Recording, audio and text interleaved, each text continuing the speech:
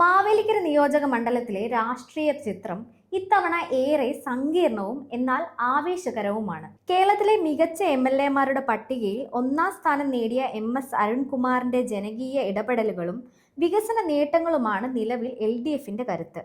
മണ്ഡലത്തിലെ സാധാരണക്കാർക്കിടയിൽ അരുണിനുള്ള വലിയ സ്വാധീനം വോട്ടായി മാറുമെന്ന പ്രതീക്ഷയിലാണ് ഇടതുമുന്നണി.